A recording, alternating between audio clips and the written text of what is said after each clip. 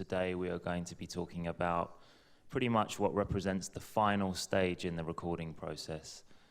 We're going to be talking about mastering, and there are few better people to talk about that with us than the man sitting to my left. Please welcome Mr. John Dent. Thank you very much.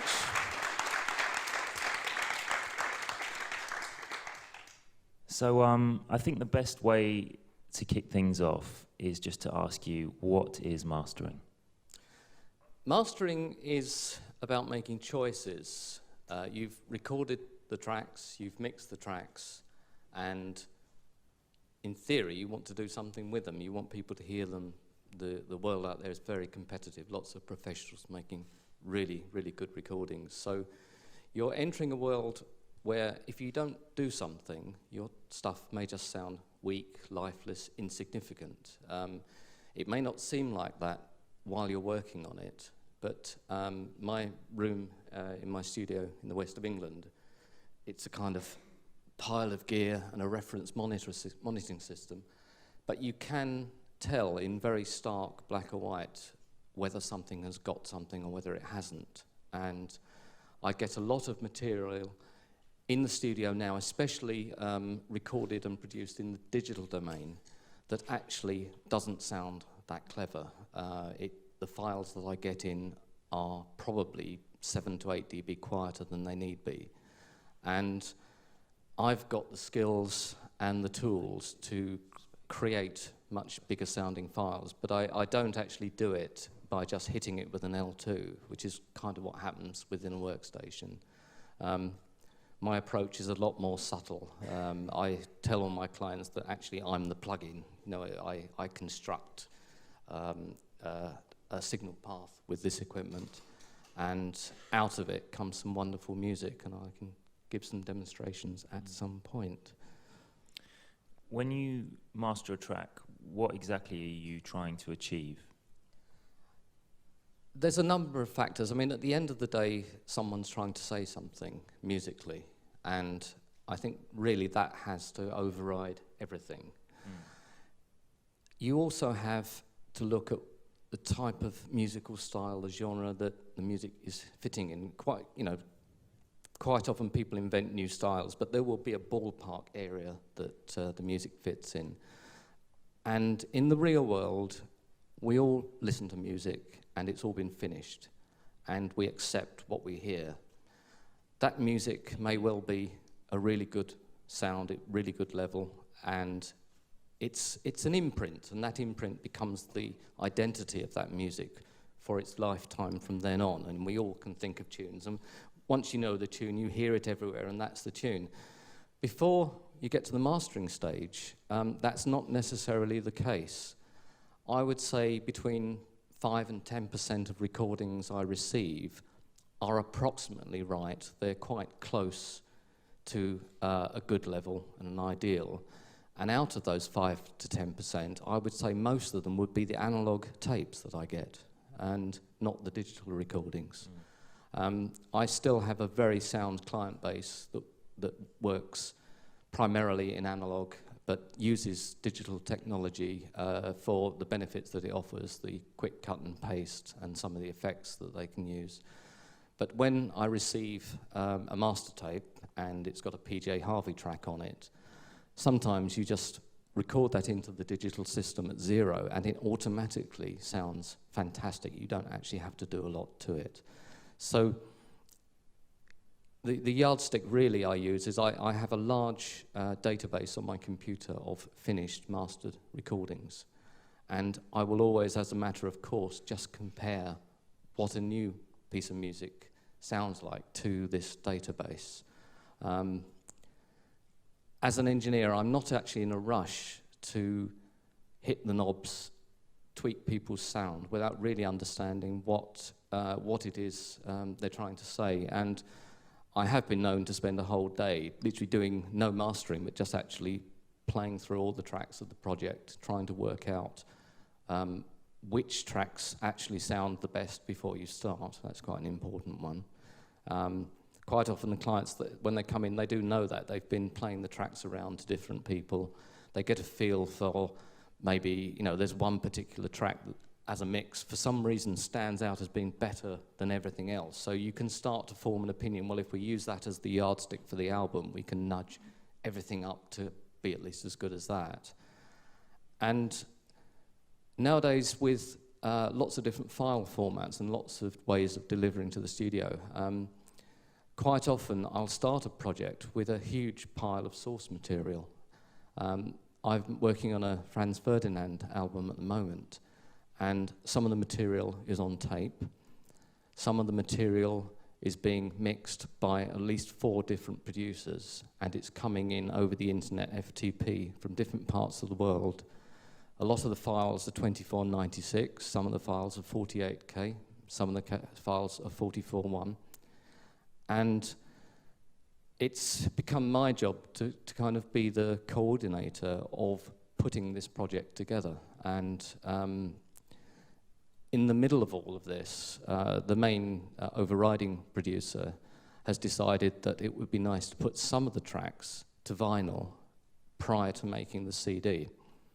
And this job's been going on for about 2 months, and it's getting more and more complicated. And when I get back on Sunday, the first thing I'm doing is going back into my studio to carry on, because they're giving me more and more bits and pieces to add to this album. So mastering can be as simple as doing nothing, or it can be a really in-depth project where once you get to the end of it, so much has happened and transformed the project into a form that perhaps no one would ever have thought of in the first place. Interesting things happen in the mastering room. I had a guy come in with an acoustic album, really struggling because he wasn't happy with the sound of his music, and we put that onto the vinyl lathe. And he just sat there and said, that's the first time I've heard my guitar sound like my guitar in the entire recording process. And he was really happy, so we just did the whole project that way. So, mastering is not a plug-in piece of software. It's an approach, and I'm from the old school approach where my training and my experience is there for anybody in the music industry. And there are others like me, but there's not many of us. And I would certainly recommend that if you have projects where you want to explore a more interesting approach to mastering, and if you've got the budget to do that, the rewards are huge. Okay, well, before we get into the background and history of how you arrived at this point, maybe the best thing right now is to do a before and after type demonstration of just what mastering can do to a record. Okay, well, there's a couple of things I brought with me. There's a Santa Gold single that was out earlier in the year, and I have a copy of the original data file, which Eric should be able to play, and then following that is the mastered track. I was working under instruction from the producer that the recording sounds okay, but it has no weight, and it certainly sounds a bit thin and distant compared to how they wanted it. And the final result's actually quite weighty, quite heavy, and it does sound good on the radio. So this is a good example. This is, that was fairly obvious, I would have thought. There is a lot of compression going on there, but it's done in the analog domain, so it doesn't have that hard digital edge to it. The next stuff, after I was lecturing at Red Bull in Melbourne, I came back and did a lecture for the BBC in Birmingham. And one of the guys in the audience, he had some funding from the BBC to get an album started. So he was kind of at the same stage that a lot of you guys are at here. And he heard my lecture, and he sort of checked me out and came down, and we did a few tracks. And bit by bit, he's been putting an album together. And I've brought some before and after his stuff, because I was very impressed with just his whole approach to it. And Eric, I don't think it really matters. There's 3 tracks. I think play sort of before and after of each. That'll do. You get the idea. Clive wanted a good weight, a good level, but he didn't actually want to change the tracks too much, but that's the kind of art of getting the mastering right. So you say there's only a few professionals on your level around at the moment. I mean, how do you get to that stage? What was your journey to get to the point you're at now? Yes, I mean, it's an interesting one. I started out as a sort of teenage record collector, mad about music, and my number one choice for a career was to record or work with music. So I wrote to the BBC, and they had no vacancies, but they actually sent me a list of London recording studios. Managed to get an interview at Advision Studios, and that didn't happen. But my next interview was Trident Studios, and they took me on. They needed 3 people to man the studio 24 hours a day, sort of T-boy, runner, assistant to the staff. And I was one of those 3. Trident Studios is in Soho, Wardour Street. And at the time, it was probably the leading studio in the country, if not Europe. I'd got a job in a world where every day you walked in, Queen were managed by Trident, and they were there most of the time with their equipment. David Bowie used to walk in the door. I used to have to prepare meals for him. And Elton John recorded there. It was just a focal point for a lot of the music that was going on at that time. I was introduced to the studio environment, working as tape op for the main engineers there. And whilst I was there, one of the guys in the disc cutting room actually decided that he was leaving, and there was a vacancy, and I asked whether I could go in there. Being a mad record collector, the thought of actually having a cutting lathe there and being able to do it myself was unbelievable.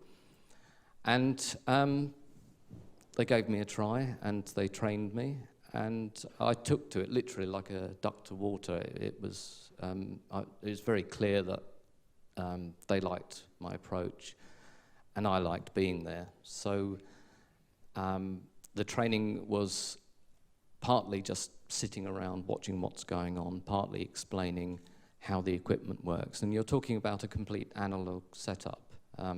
There was quarter-inch tape machine was the main replay. Some of the recordings were Dolby A, some of them weren't. There was a nice analog console, mainly full of 19-inch rack gear, Pultecs and stuff like that. There's a Fairchild limiter there.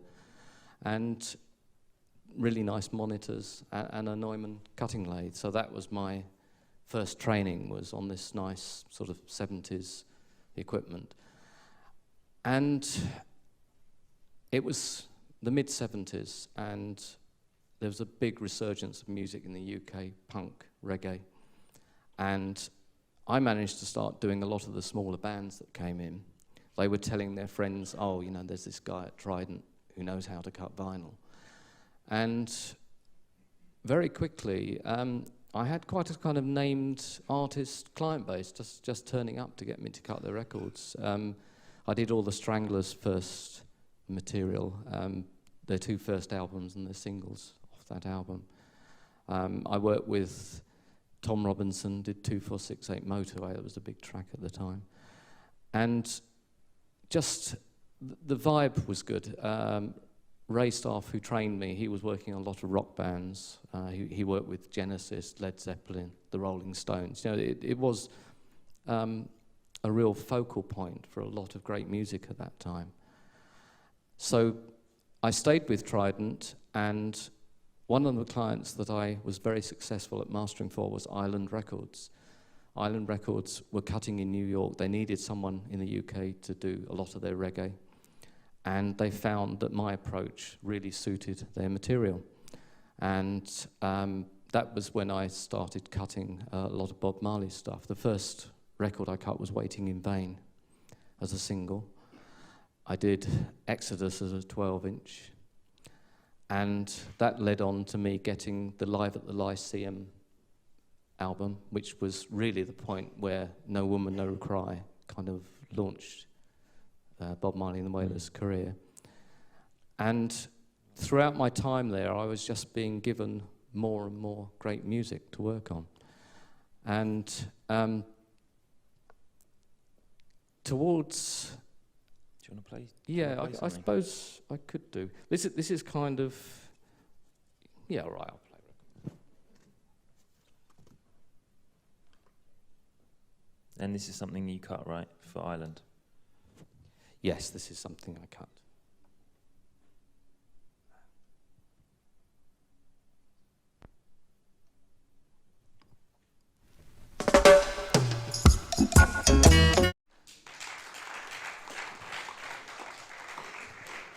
The temptation is just to keep listening to all this stuff, but we'll probably run out of time.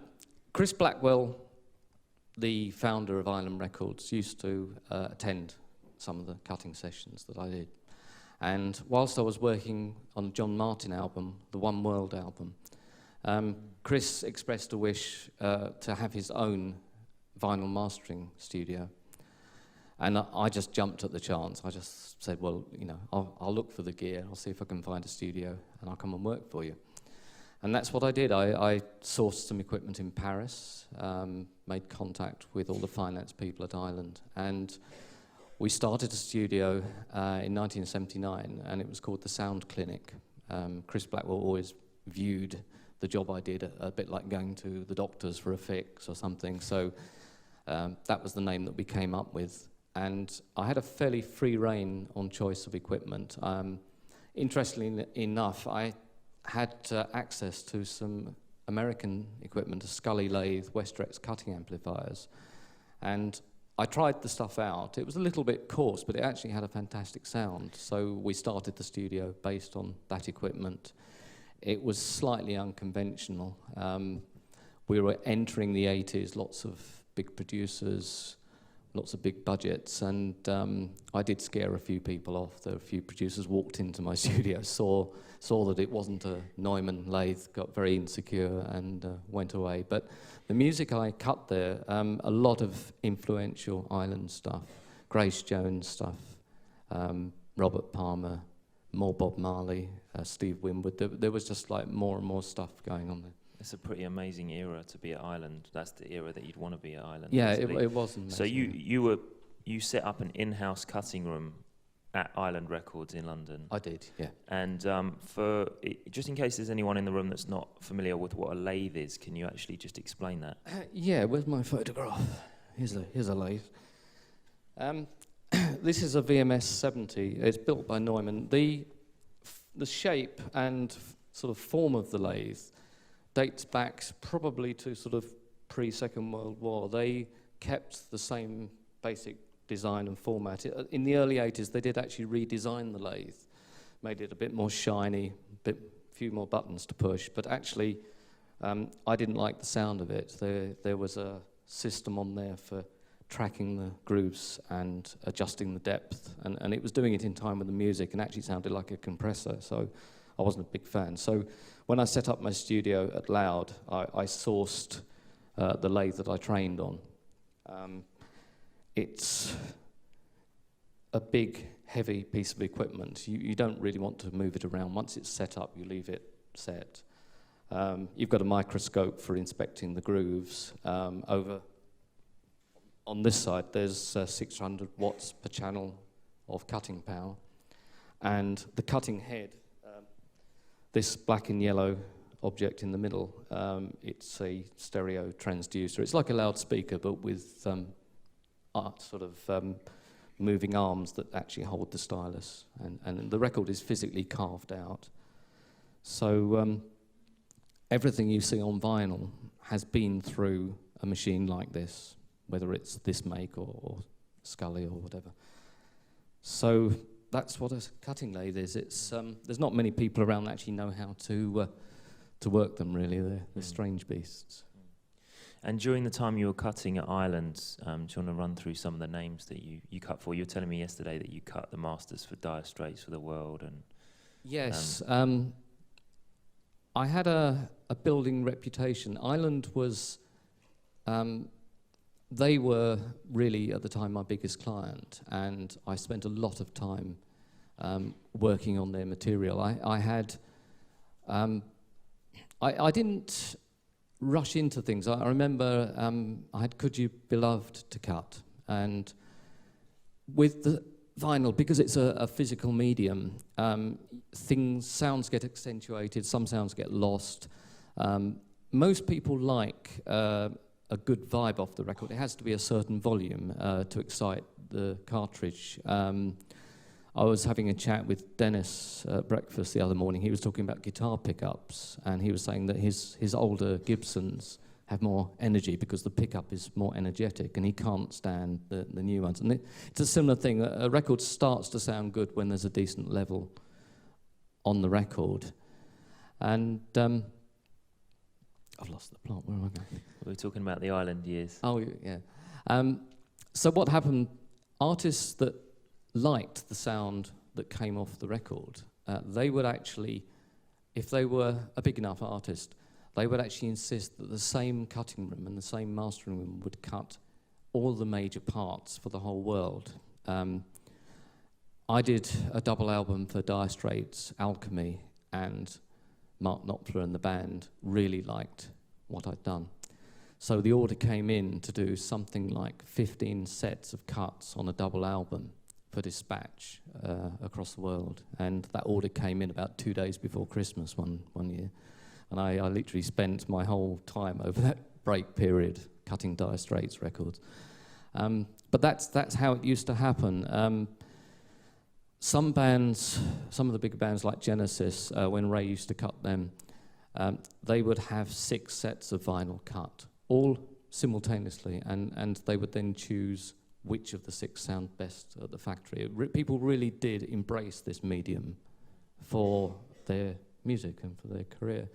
So working with Island, I was at Island through to the end of 1986. I worked with lots of up-and-coming 80s artists. You know, I did a Peter Gabriel album. I worked with Phil Collins, Paul Young, different people coming and going. There was one edition of Top of the Pops where every record on that had actually come through my studio. I cut about 2/3 of them, and my assistant had cut the other third.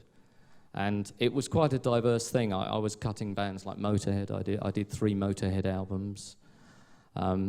Rather interesting story with one of their tapes. I was working quite late into the night, so I just placed their master tapes on the bin that was at my feet. And to my horror, the next morning they were gone, and Island's cleaner had actually thrown them away. And in the yard where we were was one of these huge 6-foot-high waste bucket things with everything in it, and basically we had to tip it out and find the tapes. They were all right, but sort of mad things like that happened. Right.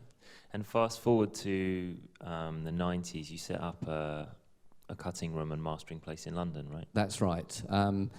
This really came about because of CD. The CD had been invented. There were companies like Phonogram pushing it. Dire Straits was one of the bands that did the very first few CDs.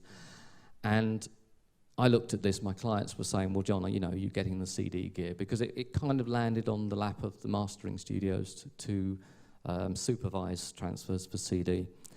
Island themselves had changed quite radically by then. They had gone from the kind of original record company, kind of headed by Chris Blackwell, to a company that was really kind of being motivated by accountants.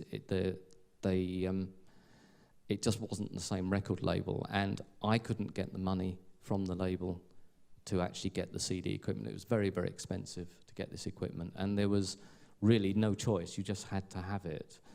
So I just went to the bank and explained what I did, painted a picture of myself, and they were quite happy to lend me the money. So myself and my other engineer, Graham, we looked for premises. We found premises in Camden in North London, and we actually started building the exchange whilst we were working at Island. We didn't actually tell anybody. It was a kind of secret mission to get this studio going. The whole idea was that as engineers, we wouldn't be off the air for very long because people were relying on us for their cutting. And at some point, we did take Chris Blackwell to one side in a cupboard at the back of the studio and said, look, Chris, this is what we're doing. We're leaving. Island aren't sort of coming up with the money. And he said, you know, he perfectly understood, wished us well, and actually he let us take all the equipment we were working on at the Hammersmith studio. So we had enough equipment for a second room. And on top of that, he said, look, I'm going to give you all of our back catalogue to master for CD.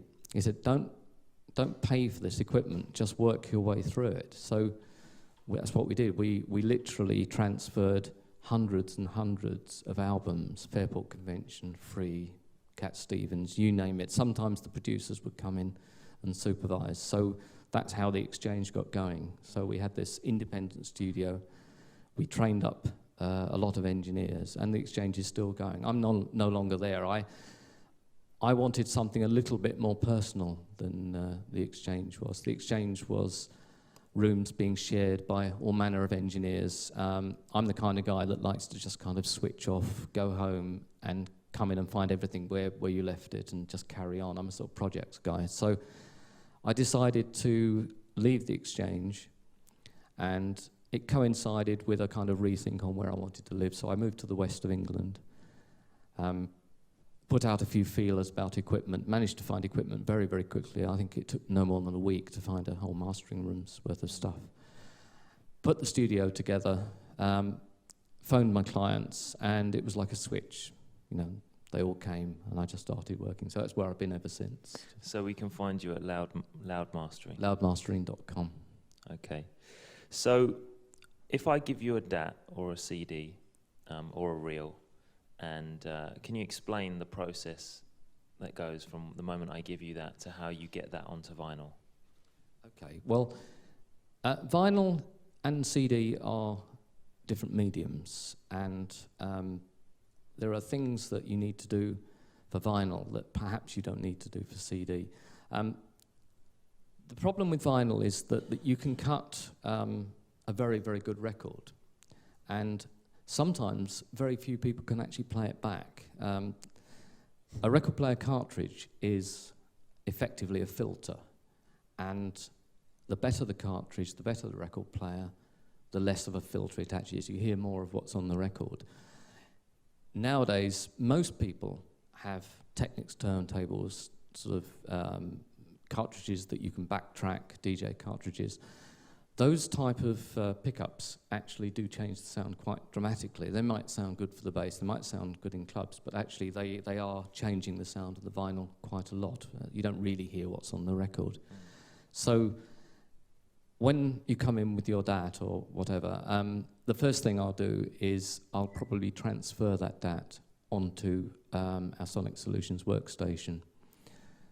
The reason for that is that after a lot of listening, playing a sound off the workstation, the bass end sounds much better than playing it directly off the DAT machine. It's linked to clocking. Digital systems sound much better if you've got a very, very good clock. You get an extension of the bottom end and the sound's less harsh. So for a start, I make sure that every recording is played back as good as I can get it. And then you do need to explore. You need to play other records. You need to see what you're dealing with. And my first test cut is usually at a good level, but with nothing done to it, just so you can observe what happens. And quite often, the record perhaps sounds like it needs more bass, or it sounds a bit dull. You form an opinion as to what that record sounds like. And I do that on a range of decks. I've got about 6 different pickups I can plug in and just get a feel for how it sounds. And then you push it, you see how far you can go with it. You push levels, you push it to an extreme, and things start to distort. S's start to break up, hi-hats start to break up, kick drums. As you cut a record, things like kick drums, the groove gets more extreme as you go towards the label, and you get more jumping, and you have to check. So you form an opinion as where you're going with that music. It'll have a sound, it'll have a level, and if you're doing it right, then it's a good thing. It generally sounds good. And the next stage is you do the test cuts, and you then put it to lacquer. The lacquer is a much larger disc. It's 14-inch disc. It's an acetate disc covered in a nitrous acetate. The material's a bit like nail varnish, and it's quite soft. It's the modern day replacement for wax, basically. And the cutting machine will cut it, and we don't play the master cut. So there's a cut for one side, and then you concentrate on the other side. So you end up with a disc for each side that's unplayed. We bolt it in a box, it gets sent to a factory. The factory then wash it, they spray it with silver, and they electroplate onto the disc, and they pull off a reverse. That's called the mother. And what happens to that, it's a metal version of the record in reverse. So instead of it being grooves, it's points that stick up out of the stamper that they make. So they then electroplate that again. So that's the second stage of electroplating. Now you're back to a record again, but in metal form. That's called the positive, and the factory will play that and check that there's nothing strange happen. Because this is all a physical process, you get lumps of grit and stuff and plastic and metal making noises. Once they've approved the positive, they electroplate again and form a stamper, and that's where they combine the two sides of a record.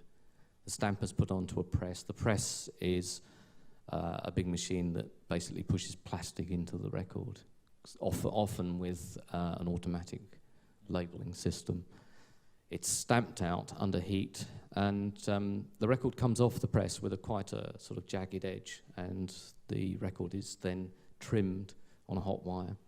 And then the records are stacked in piles, probably about 100 records high, with a weight on top to try and stop them warping and buckling. So, you know, you may well have done the sleeve design, the label design, and at that point it becomes a record, it's something to sell. And in the middle of that process, we do advise that we ask for test pressings from the factory. A lot can go wrong, and one of my biggest bugs about the factory is that the hole that you have when you cut it disappears in the processing, and they have to remake the centre of the record. And there are loads of records that are pressed off centre, and if you listen to keyboards and stuff, they're wowing. It's actually got a horrible sound, and you know, I'm constantly telling factories that they've got it wrong because it just becomes unlistenable. But if you really listen to some records where that hasn't been checked out, then you know, you unfortunately, you're kind of stuck with it. So we want to send our tracks to you to be mastered. What is the best way to deliver them? I mean, what kind of stage do you want them in when we deliver them to you? I would say you've got to be happy with your mix. Everyone has to be happy with their mix. If you've got a mix that's working for you, it may not necessarily be at the right level, but generally sound-wise and feel-wise, it's at the right level. That's probably the best thing to send in. If you like the idea of extra compression, extra limiting, and maybe you do some quick CDs to send to the record companies or radio at home, quite often it's good to send a copy of the limited compressed version that you've done and the raw sort of uncompressed version, at least so that I can see what the difference is and what makes you think that record works. Because the equipment we use in the studio is more subtle. We can achieve better, bigger levels without losing too much. So it's quite nice to get an idea of what you want, but not necessarily have the whole thing compressed out. So that's a common cry from a lot of mastering studios. Now, as a vinyl expert, I was interested to hear you describe the difference between what we get from listening to a record and what we get from listening to a CD. Yes, I mean the world of all analog recording is actually very high resolution. By resolution, you have to think in terms of pixels. You know, technically, in the days of multi-track recording, good desks, and disc cutting, what actually got cut on the record technically is about 4 times the resolution of CD. So if vinyl is a camera, it'd be 4 megapixels, and CD would be 1 megapixel. And everybody had different types of record players, but with vinyl, what you could do, if you started off with a cheap record player, you knew that with a bit more money and a bit slightly better turntable, you could put a different cartridge on and actually retrieve some of that quality back. And that's what hi-fi was all about. There's a whole industry out there designed to retrieve as much of that resolution of the vinyl. And a lot of records cut pre the digital era have a fantastic store of sound on them, and a lot of people use them for sampling because it is high resolution sound. Vinyl, it's a format that should be retained as an optional high resolution format. Have you got something that you can show us? Yes, there's a couple of things here. There's the 07 is an interesting one. 07 came into me a couple of years ago, and they liked the concept of putting all their music onto vinyl before making the CD. And we did some tests. They took the stuff away and compared, and they decided, yes, that's what they're going to do. So we did the whole album. It's the Garden album. That entire album has gone via vinyl acetate. Now, and it was recorded to tape, right? The original source was half-inch tape, and that was mixed by Phil Brown, very good engineer. Phil Brown actually mixed the Bob Marley Live at the Lyceum album that I cut back in the 70s. And he mixed the 07 album. Now, the album has been on vinyl, so what we're going to listen to is the CD version of it, which is has been taken from the vinyl, but we are listening to the release CD, which is the 44-1 version. And what we're listening to here is a listening experience. So, could anyone hear the difference?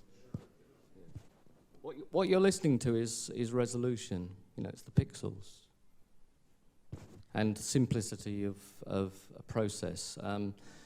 I would liken analog and digital like think of a potato. You know, this is the potato, that's the chips, kind of thing.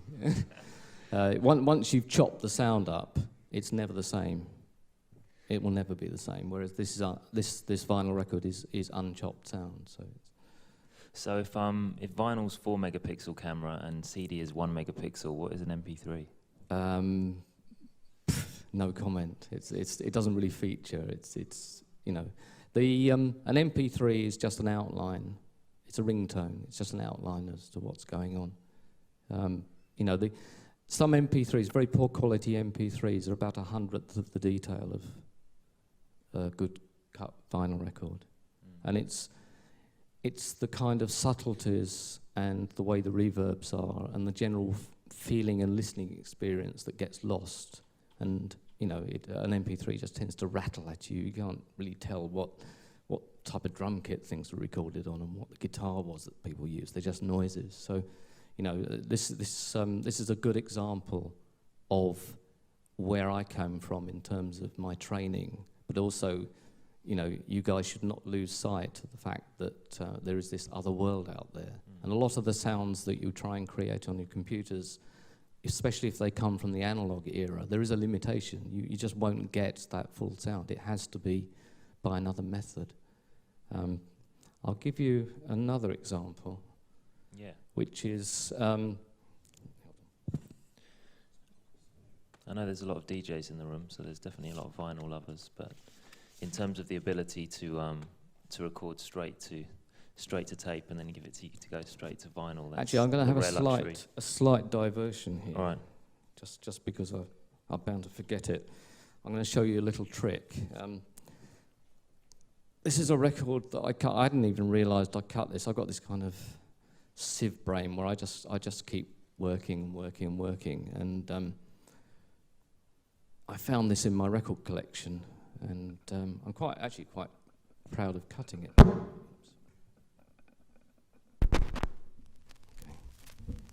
But I'll show you a trick with this.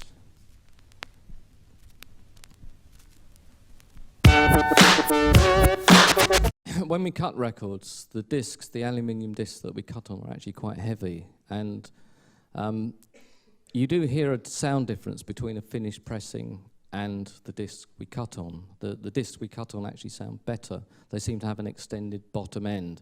One of the reasons why that is, especially with something like a 7-inch record, the record is actually just sitting on the turntable. It's got no mass, and it's actually microscopically vibrating while you listen to it. So you can buy record clamps to clamp your records to the turntable, and what it does, it actually gives you a much cleaner, bigger bottom end. And if I place... Right, there's a glass on the turntable. That's adding extra weight to the record to stop it vibrating. And we'll get used to the sound of it. And what I'll do, I'll just remove the glass and see whether you can hear a difference. Oh my God. I'll stop.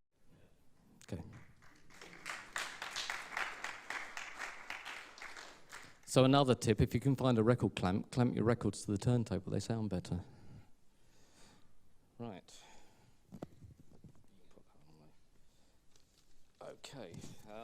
Back to this resolution thing. I had a customer, he brought in a Hendrix track. You got that there? And he wanted to sort of use it as a reference to something that he was doing. Played it to me off CD, and I sort of turned to him and I said, "That's weird, half the sound's missing." And he said, "What do you mean half the sound is missing?" And I pulled out this 7-inch EP, which I've had for years. And sure enough, when you compare... you could just tell from listening to the CD and knowing the record, when he played it to you, you just felt something's wrong. This is the mastered CD, it's not an MP3. Yes, it was a kind of, remastered CD from the same tapes. Right. So I'll see what you think. And you said to him, what, half the sound? Yeah, it just sounded like half the sound. And the thing was that these records are very energetic. There's a lot of stereo, and you kind of almost hear Hendrix's personality in the vinyl record, but some of that just vanished on the CD. So the CD. Oh right, okay.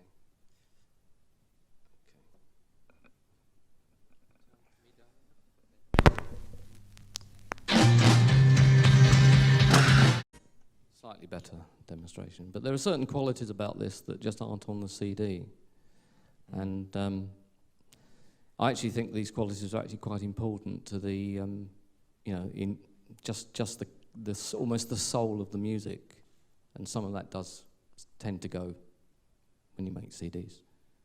Mm. Okay, so whilst we're on the vinyl subject, for all the vinyl junkies in the room, can you tell me the proper way to set up a Technics turntable? Oh, right, okay. I mean, cartridge and everything.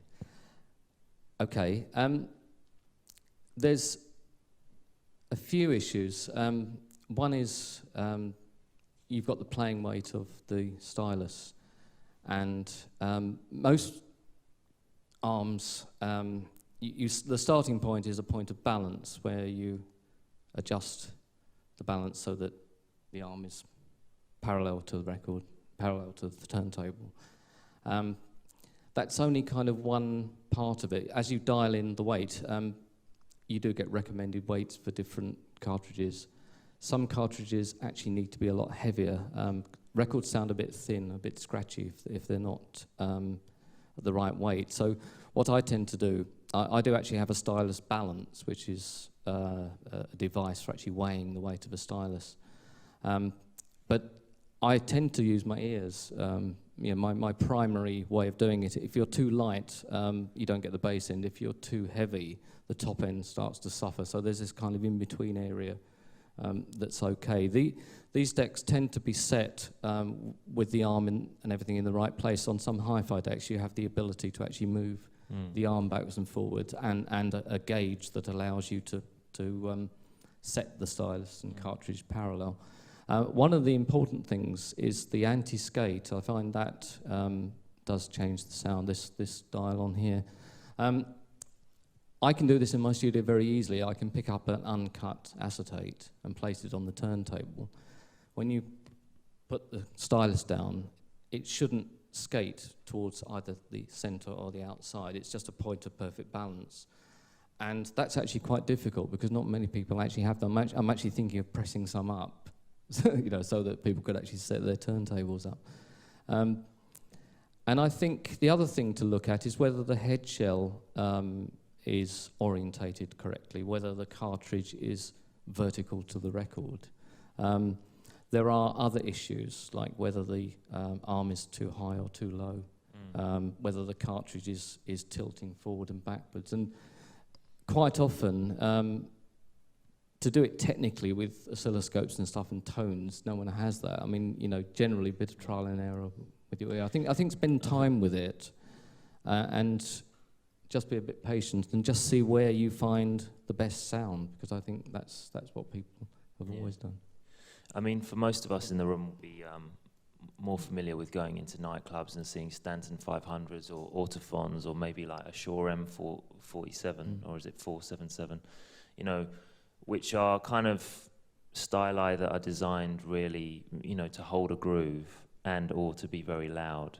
But if we were looking for a stylus, to actually listen to records at home of high quality, what would you recommend? Something, I mean, if you... That's a difficult one. The stylus that we're listening on here is a Stanton 890. The reason I use it has a very linear frequency response. All the frequencies that are on the record are actually coming out at just about the right level. Lots of cartridges don't do that. Quite a lot of DJ cartridges have a bass rise, or they have a mid-range cut, or they have a kind of strange top end. But there's nothing wrong in that, because they have sounds and that works. But for reference purposes, I use the 890. There is actually a wiring arrangement on it that I don't agree with, so I've actually rewired this cartridge.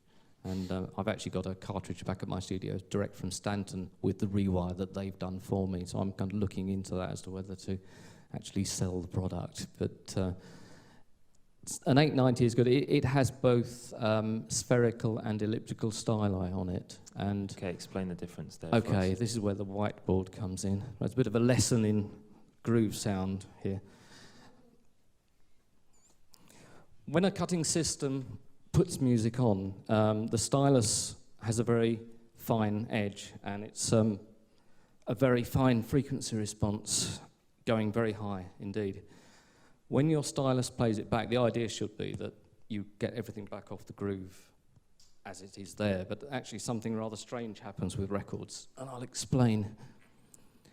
If you were to take an enlargement of a groove, I'll give you some high frequencies. So the groove, this is viewing a record groove from above. So here's your high frequency movement. That's one wall of the groove. There's your center line, which is the point at the bottom of the groove, and there's the other wall of the groove like this. That's the sort of thing you would see under a microscope.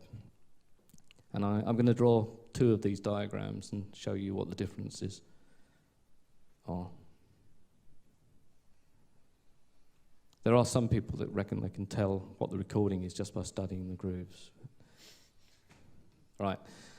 When you have a spherical stylus, most DJ styli are spherical. Basically, it means the tip is round. So that round tip, when you place it in the groove, if I do that, like that, it clearly cannot go where the groove is. It's too big. It basically rides over the top. If you have an elliptical stylus, it's actually shaped like that. And what you see is the smaller diameter edges actually going into the groove.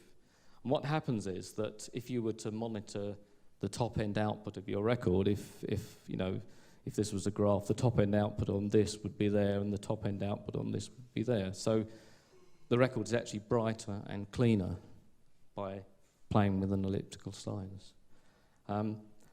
Another few things about a record that a lot of people don't realise, the outside of a record is actually moving faster, quite a lot faster than the inside of a record. That movement is very fast, whereas if you go on the inside, it's actually very slow. And what happens on a record is that the actual groove is slowing down as you go towards the label.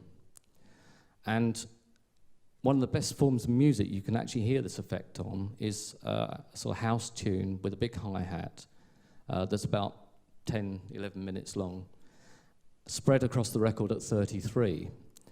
And what you hear is that for the first 3/4 of the record, it all sounds fine.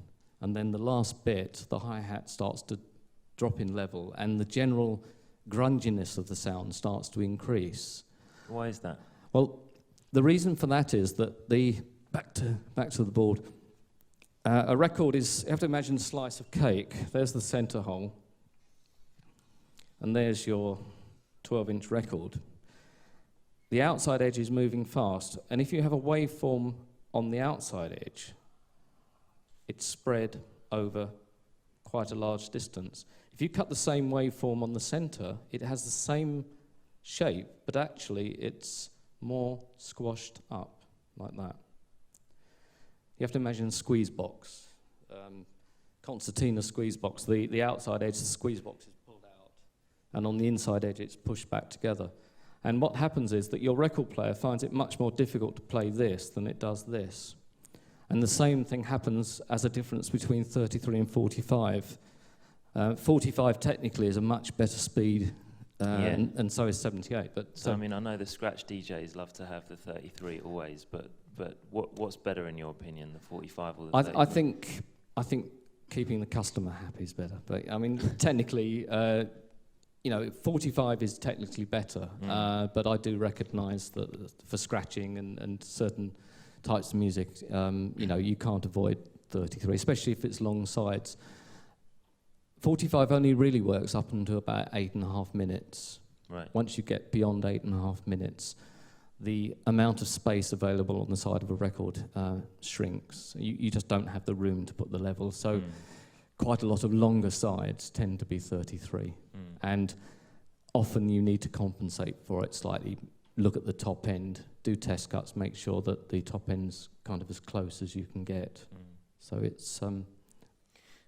But some of those records that were cut, those 12 inches cut at 45, you need a penny on top of the head shell in order to make it sit in the groove. I mean, where do you draw the line between the quest for loudness and clarity and not overdoing it? I think that's something that perhaps there's a common sense level that you can work to. And I tend to do a lot of my work at that level because a lot of people rely on release dates. They expect one cut and one pressing to work for them, and they rely on it, and it might tie in with a tour or something. So if you have a lot of time, you can experiment with level, and I do push the levels on a lot of things. And there is this kind of borderline thing. The louder you cut, the less record players can play it back, and the more problems that you have with returns. And, there are a lot of jungle tunes that literally you have to try and find a way of playing them by weighting the stylus down. That's one way of doing it, but it's to do with bass end energy and just the general power that you can get into the grooves. So it's nice to have as loud as you can, but sometimes impractical going too far. I mean, obviously you're very passionate about vinyl, and I'm sure some of us in the room are as well. And in many respects, with the exception of some bigger major label releases, it was actually DJs and DJ culture and kind of contemporary dance music and hip-hop that was keeping vinyl culture alive.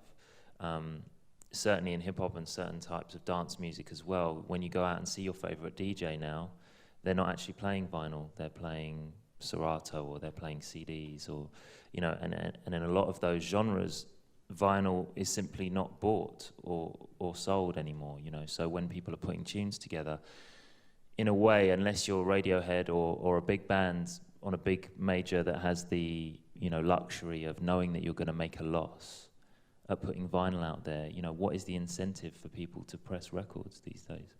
I think the incentive. I certainly understand the financial implications of it. I think it's more to do with creative satisfaction. If you're spending a lot of time and energy working on tunes, to get even a small run of vinyl is a great way of getting your music out there.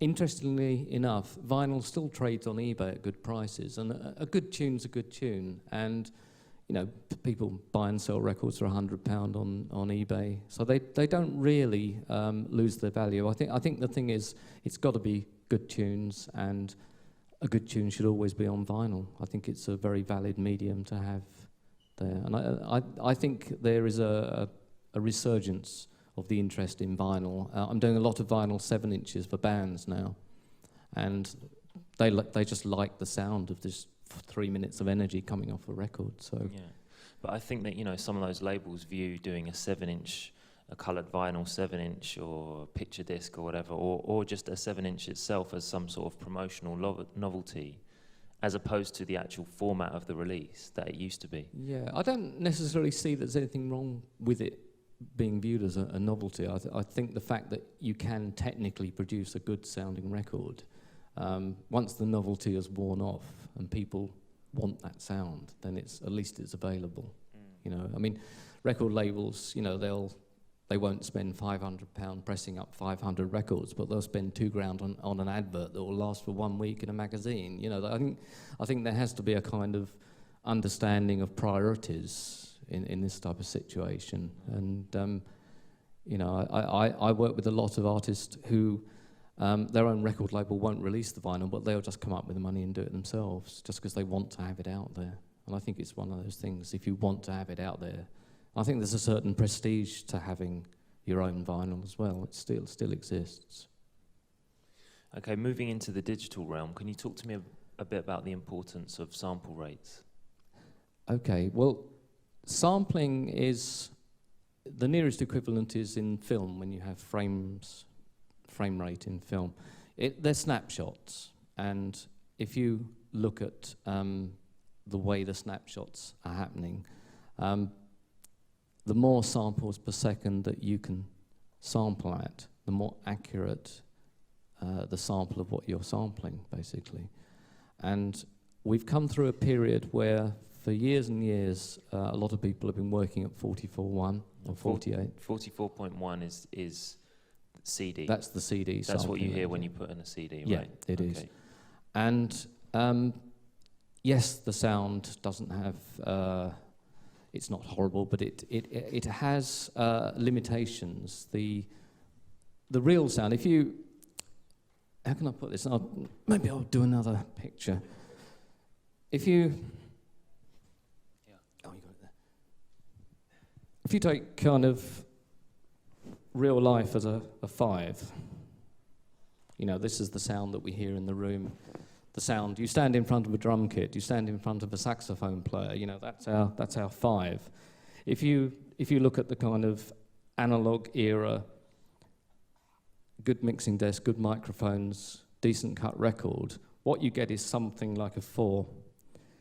If you go to high resolution digital, at the moment, sort of 2496 is somewhere around 3 to 4. What does 2496 mean? Well, 24-bit is the bit, that's the dynamic range of the recording system. 96 is the sample rate, 96,000 samples per second. So what digital is doing, you've got good analog at one end, and CD is somewhere down here. You know, it's not that clever.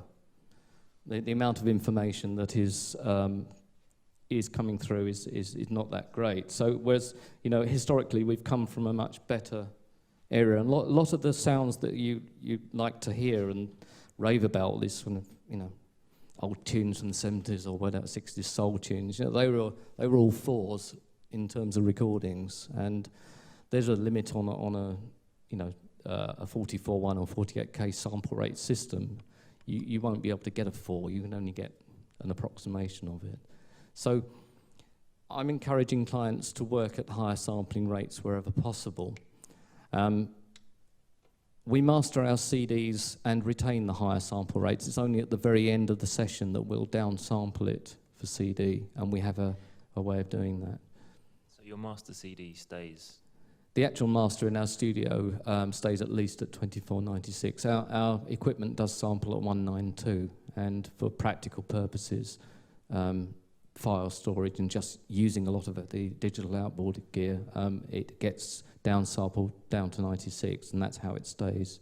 It's a practical issue. There's not much gear around, certainly in the outboard world, that works at 192. What's the highest sampling rate that exists at the moment? I suppose the 1-bit SACD, it's 2.8 megahertz sampling rate. It's a huge, huge sampling rate. And it's a completely different technical system to PCM. And there are now recorders on the market. PCM means like WAV or AIF, right? Yeah, pulse code modulation, yes. And this new generation of recording, the SACD is an interesting one. I was invited to Abbey Road Studios to have a listen to the pioneering development of SACD. Sony had a huge back catalogue. They have a huge back catalogue of material. A lot of it was deteriorating. And they decided to invent a system that was so fast at sampling that they could sample all their analog stuff without worrying that they'd lost anything, basically. And they did a lot of tests. They invited lots of engineers, lots of comparisons. I was invited to Abbey Road. They actually had a live band playing, and they had a super audio CD recorder. They had a half-inch tape machine, and we were all invited to compare and listen to what these two systems sounded like. So Sony kind of refined it, and they've been using that system to archive this enormous catalogue of material, going right back to sort of 78 and metalwork and stuff. And engineers, quite some years ago now, possibly 10 years ago, around the globe were actually just archiving vast amounts of material so that it was stored in this form. And a byproduct of that was the super audio CD that was then put out, which hasn't really taken off as much as Sony and Philips thought it would.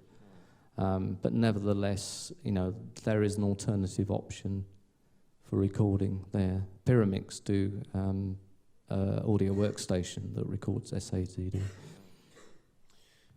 If you're working with audio that's already 16-bit, is there any point at the end of a session when it asks you to bounce in 24-bit?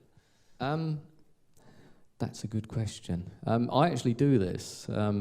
I find in my room, with the equipment set at 24-bit, actually I like what it sounds like. I don't know, it may be an illusion, but if systems are at 16-bit, you have to be careful with some systems. They throw in dither, which is kind of a noise at the bottom end of the digital recording that actually can change the tonality of the sound. And I think you have to be careful with 16-bit systems that if you have too much of this dither added, then it actually does change the sound. So by keeping the systems 24-bit, the dither's automatically not there. So that's sometimes a good reason for doing that. But so it won't change as a general rule, we should always work at the highest sample rate and always use 24-bit if we can. Yes, yeah. The more information you have. I mean, I've for the past couple of years been working at 96K for my mastering, and I must say the actual experience is a much more pleasurable experience. You're hearing more detail, you're hearing more energy, and actually I'm better as an engineer by working that. And I had a session recently, came in from Italy, where I had to revert back to working 44.1, and I was quite surprised at how much I didn't like it. So, you know, the 2496 starts to remind me of where I came from. I think that's what it is. So is the point of mastering to be as loud as possible? No, it isn't. I mean, I know my studio's called Loud, but it ought to be called Loud Enough. I think that's the Is there, I mean, this is kind of a leading question because, you know, you'll be aware at the moment there's a lot of talk about the loudness, the so-called loudness wars, and is it the new, was it Metallica album or something that's the There's a lot. I think the ever, Arctic or? Monkeys album. Oh, is it Arctic Monkeys? Well, there's been a few albums. I think to me, loudness has always been there. When I worked on the Motorhead stuff, you know, Motorhead had to be loud, and you looked at the way the engineer produced that material. You'd put the tape on, and the needle on the VU meter would come up to about +1 on the meter and actually stay there, it wouldn't move. Such was the level of limiting and compression that he used on the mixes. You could almost line the tape machine up using a Motorhead tape. And, you know, people have been, it's not so much the loudness. I think loudness is a kind of subjective thing. Loudness is a slightly different thing to hammering it with a limiter. Yeah. A well-recorded piece of information can actually sound very loud without it necessarily being loud. So what I try and do is I offer my clients a scale. You know, someone brings in a recording and it sounds quiet. So I look at it on the meters, I listen to it, I do some comparison, and I say, "Oi, you know, Carl, your CD is 8 dB quieter than it need be. What do you want to do about it?" So he has a think about it and says, "Well, actually, can we bump it up a bit?" So you then get into the realms of, well, how far do you bump it up? And I think what you have to do is look at the music. If you have a situation where the end of the track, everything's full belt, it needs to be the maximum volume because that's how it's designed. There's absolutely no point in making the entire track the same level. So you have to look at how far you can push it before it takes it away from the actual kind of, you know, the design of the track in the first place. So that's what I do. And I will always use my analog gear first in preference to the digital gear. You get much, much better sounding compression, and it just seems to sound more natural. I mean, some of the comparisons there, the Dr. Mika stuff, I don't think there's any digital compression or limiting on there at all. It's all done in analog. And that tends to give you a bigger, wider, fatter version of what you started with, but not clipped, you know, and unlistenable. But some people don't have that approach. They will literally hit the digital limiters so hard that everything is just mashed up. That's possibly their choice. I won't do it as a mastering engineer. I've heard people say, you know, 50% of the tune is in the mix. I mean, if that's the case, how much percent of it is the mastering? Ooh, that's a tricky one. For some recordings, very, very little. Right. For other things, I think the mastering has made quite a big difference. It's all about the vibe. You have a vibe when you're recording a track, and sometimes in the whole process that kind of vibe gets a bit lost, and sometimes the vinyl can kind of nudge it back, or the CD master, you have the chance of nudging that vibe back into the sound. And how you do that is sometimes a bit strange. I quite often choose the signal path. I have an analog limiter that sounds a certain way, and I know that if I put a bit of hip-hop through it, it automatically sounds how it should do. You know, it sounds more authentic. It's just bigger, wider, a bit rougher, but it has a sound. So correctly mastered stuff will enhance, and that at the end of the day, that is what a lot of people hear. If you go out and buy stuff, you don't really know whether what you're hearing is the mastering, the recording. I think the mastering should not take anything away. As to how much it contributes, I think for some people, enormous amount. I mean, an example I've got is some years ago I did Goldfrapp's first album, and Will and Alison came in with just a pile of DATs. They had no idea what they really wanted, and I was just showing them, well, if you do this, you do that, you can get this. Started to use a bit of compression. They were saying, oh, no, we don't want any compression. I said, well, just let me do something. So I prepared everything, mastered everything, gave it to them. They took it away, and they just said, wow, this is fantastic. And that's how we left it. Hardly changed it. It was just my influence and approach did an awful lot for that project. But they hadn't seen that right at the beginning. So at that point, I would say the mastering really did help get that record off the ground, just because of what I put in. So. What do you actually do? I mean, what is the mystery magic? I mean, we know what's involved in mixing a record, but when it comes to you, what do you do to it to give it that magic?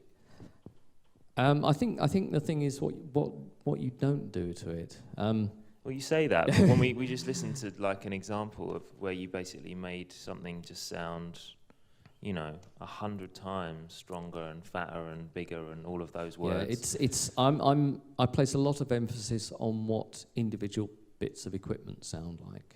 Right. I choose my workstation. I run with a Sonic Solution system. I've always used their system, and I have made endless comparisons with other workstations, and I still find that the Sonic Solutions sounds bigger, wider, cleaner and clearer. Sonic Solutions were the first people on the planet to put digital files and digital audio onto a computer. There was another system used in the video industry, but they actually kind of pioneered this. Sound Tools and what the other systems are kind of came after them. And there's something about the way they do it.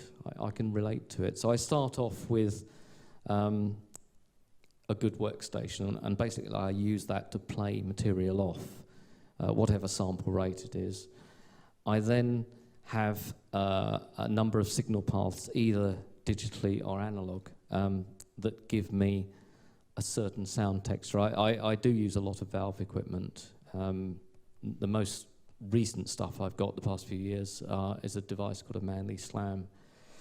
It's an analog limiter, but it's got a really interesting digital I/O on it, and it actually sounds probably the most kind of warm analog digital transfer device. And if you look at their manual, it's very thick, and there's a lot of really abstract blurb about how they went about this design. So the actual chips, I think, are used by Nagra on their equipment. And I just listen to all this stuff. And I've got a tape machine sitting there, ATR tape machine. And quite often as part of the session, we'll just place the stuff on the tape and see what it sounds like. And we do have those kind of wow moments, you know. People will sit there not really knowing what to expect, and you put it onto the tape and listen to it, and you see like a whole row of faces light up. Everyone goes, wow. And you know that it's, you know, you've hit on something.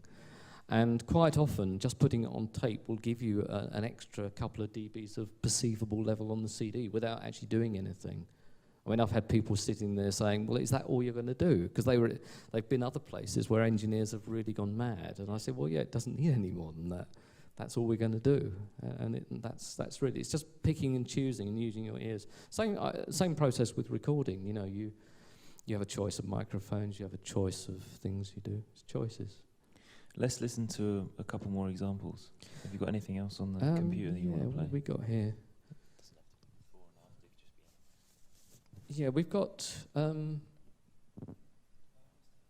Bauhaus. Actually, I haven't hit you with Bauhaus yet, have I? I've recently been doing remastering. That's an interesting one. Record companies from time to time reissue early material, and the technology that's around now is much better at retrieving information, especially off of tape. And I'm involved with remastering a lot of 4AD and Beggar's Banquet recordings. People like Gary Newman and Cocteau Twins and Bauhaus, you know, they were all big in the 80s, late 70s, 80s. And I've brought in a Bauhaus remastering just to kind of show you certainly what the vinyl and the remastering does. Have you got the original CD version? That's probably the best one. When you play the tapes, there's an enormous amount of weight in the recording. You just play the tapes into the monitors and it sounds heavy. And when we listen to the CD that was done in the 80s, all that weight is completely missing. It's just a much thinner electronic sound. So what we're trying to do is try and get a better snapshot of what came off the tapes. So that's what. Have you got any contemporary electronic music or any of those ones? Because I know you cut a lot for the Jungle guys from Bristol, and you do house and hip hop and everything, don't you? Yeah, in the rush to come here, I didn't really have enough before and afters, to be honest. I mean, there's... What have I got here? Now, the stuff I brought, I was kind of interested in... I mean, this is recent. I mean, this is PJ Harvey. It's not exactly Bristol Jungle, but... but it does kind of demonstrate certain things. Have you got... Eric, you play your one.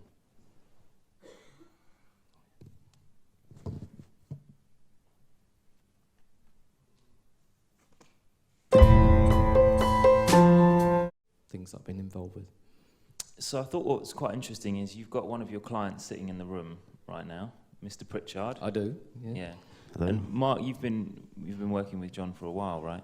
Yeah, I reckon since maybe 8 years, Right. maybe a bit longer.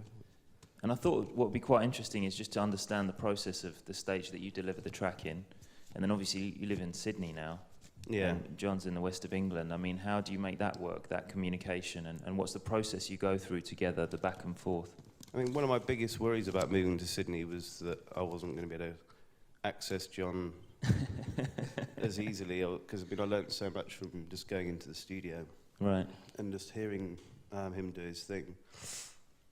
But yeah, I mean now luckily with the FTP sites, I just upload. So I'll mix the track, 24-bit 96 normally, and then upload it to the server.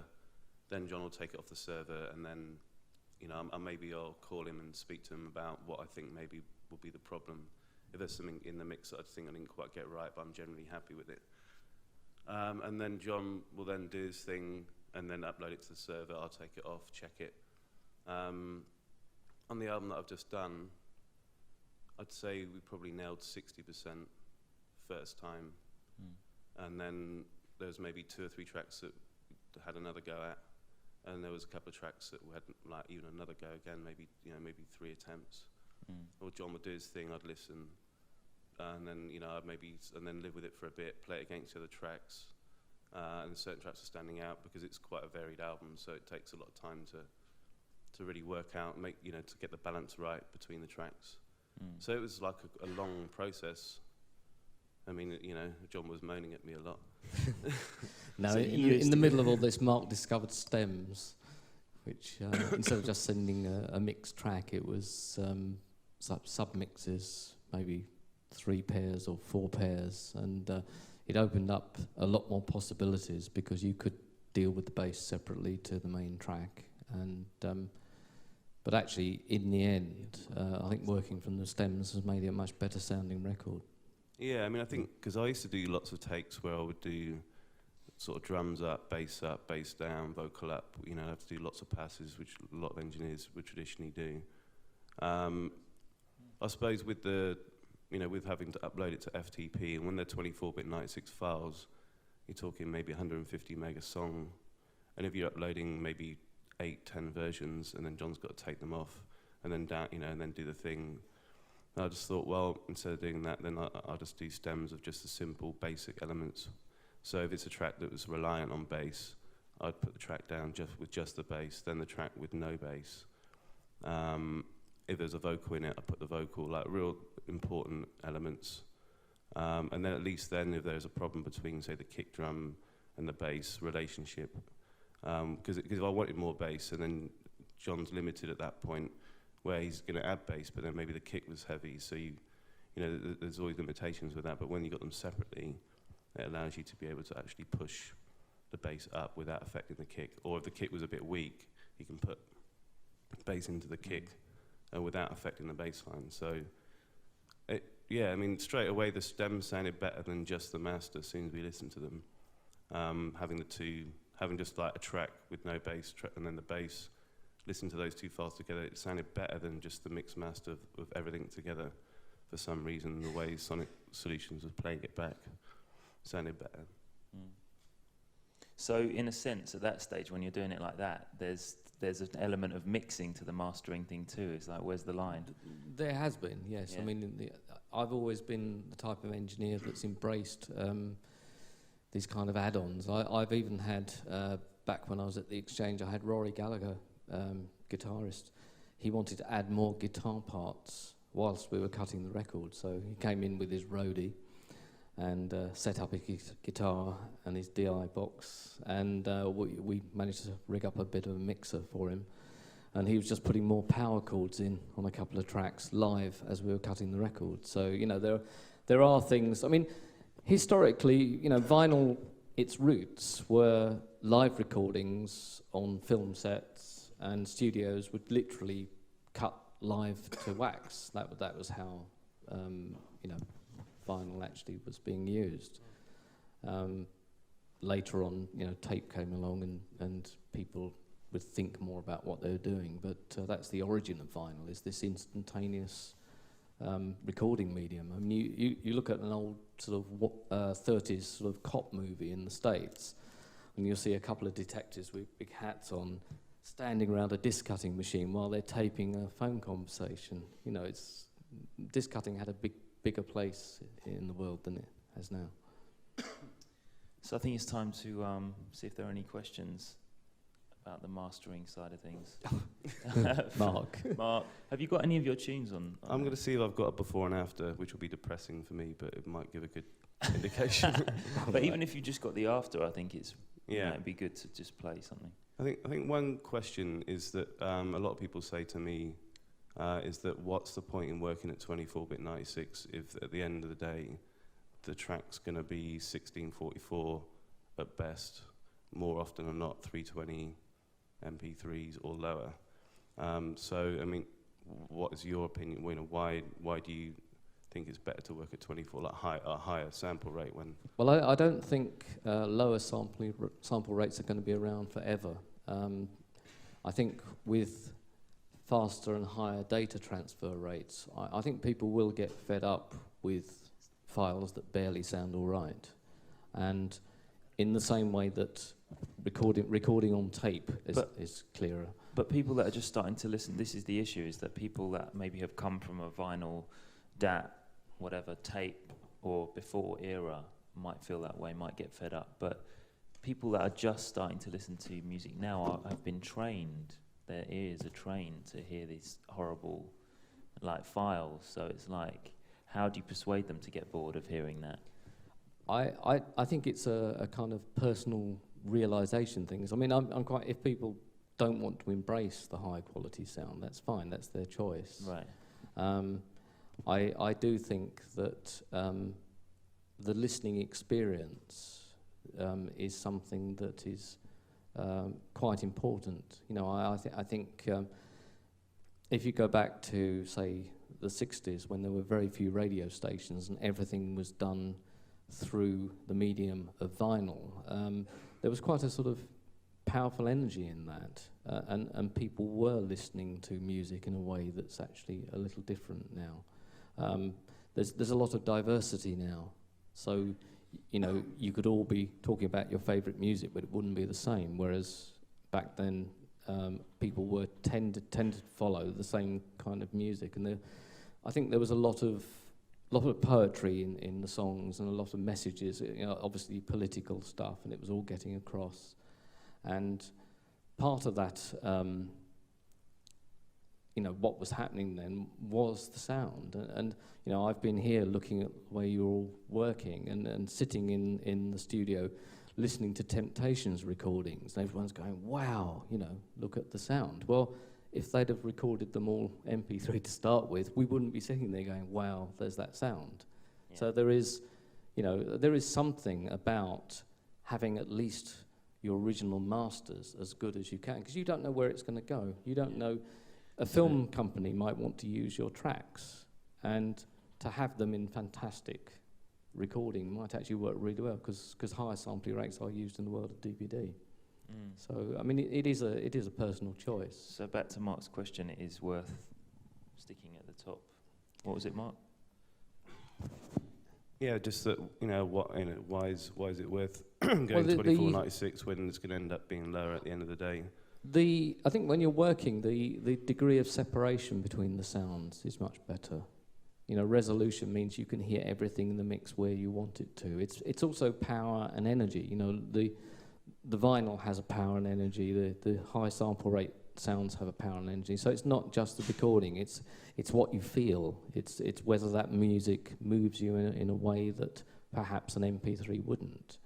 And I just feel that to downsize everything too much, if all the world was left with was MP3s, I think something very vital would be lost. And I would run a sort of parallel this in the world of art. If you look at paintings, artists quite happily paint on canvas. They've been doing it for hundreds of years, and all the world's greatest works of art are analog. They're on canvas. If you were to say, right, no more canvas, we just won't make it, no more paint, you can just do it all on computers from now on. You know, what would happen to the world of art?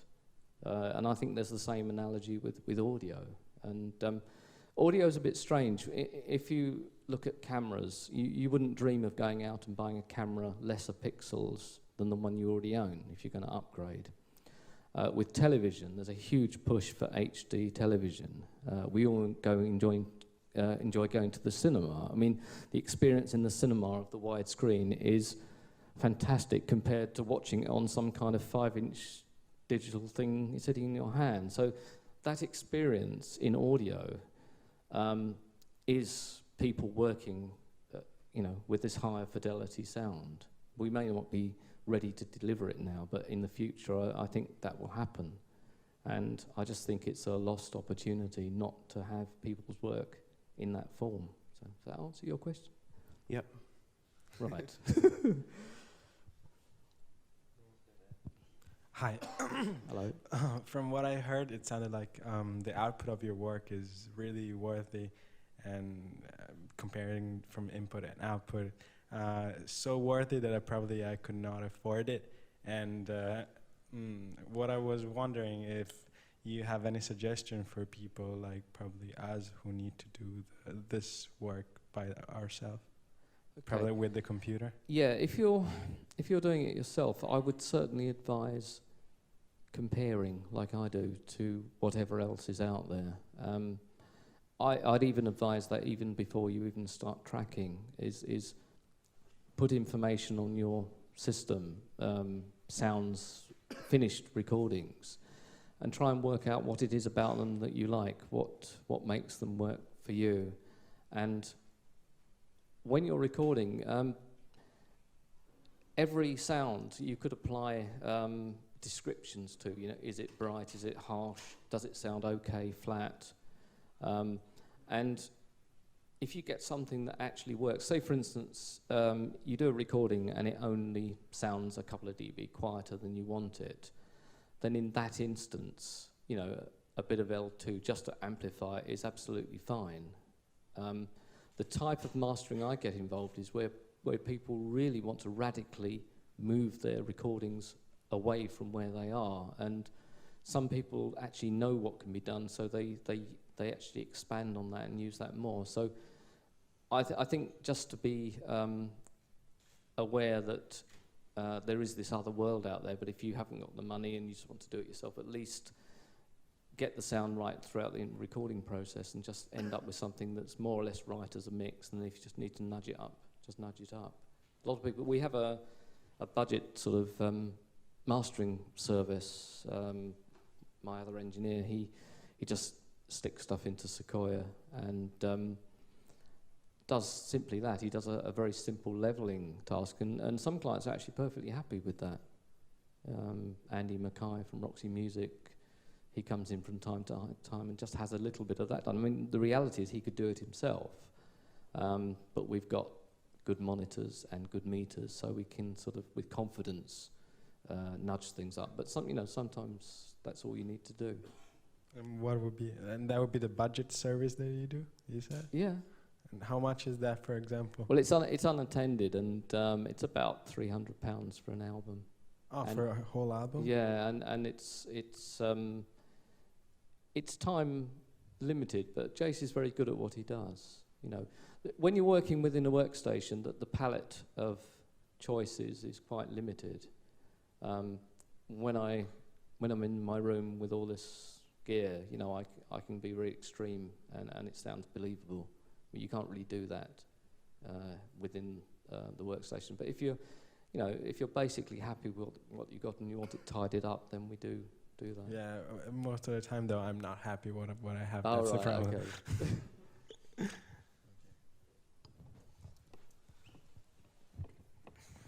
Hi, John. I'm here. Hello. now. Just about to see you there. Yeah, I'll just sit here. I have 2 questions. The first one, after this, this wonderful lecture, thank you very much, about all the aspects, the different aspects of dealing with sound and mastering. I think, I don't know, to me, the mastering process is still a bit of a mystery. It still seems like this magic that I don't know exactly what it is. It just sounds better. And I was wondering if you, I don't know, can you like define mastering in a sentence, or is that just impossible? In a sentence.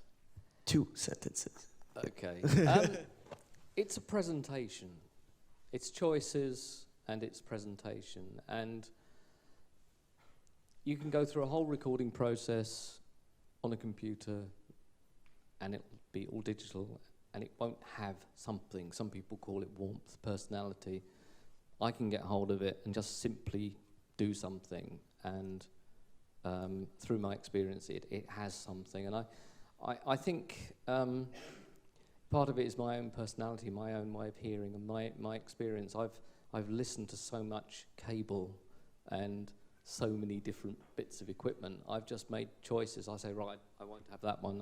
I'll use this cable, and people come to me out of kind of respect for my choices, and they know that what they're going to get is kind of roughly in the ballpark of what they want. Other mastering engineers take a different approach. So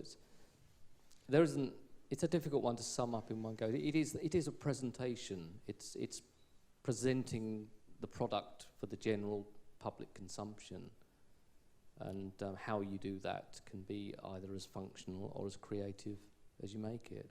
So that means that it's some sort of a creative decision to go master your things. People can say, okay, I finished mixing my tune. This is how I want it to be presented to the world. I don't want to go master it. Yeah, that's true. That is true, and quite a lot of people do that. And some people do that for a couple of albums, and then when they get the feedback from everybody, and everybody says, actually, why is your album quiet or whatever? They start thinking and say, oh, maybe we'll do the mastering next time. But yes, it is a creative decision in the same way that the whole process is a creative decision. Would it be right to define it as just like making your, getting your songs to be presented in the same level as what everything else that's going on in the world? Yeah, I'll explain a kind of simple way of viewing this. Say you've got an album, 10 tracks, and you string them all together. They may not relate to each other. They'll still play and you'll still enjoy it.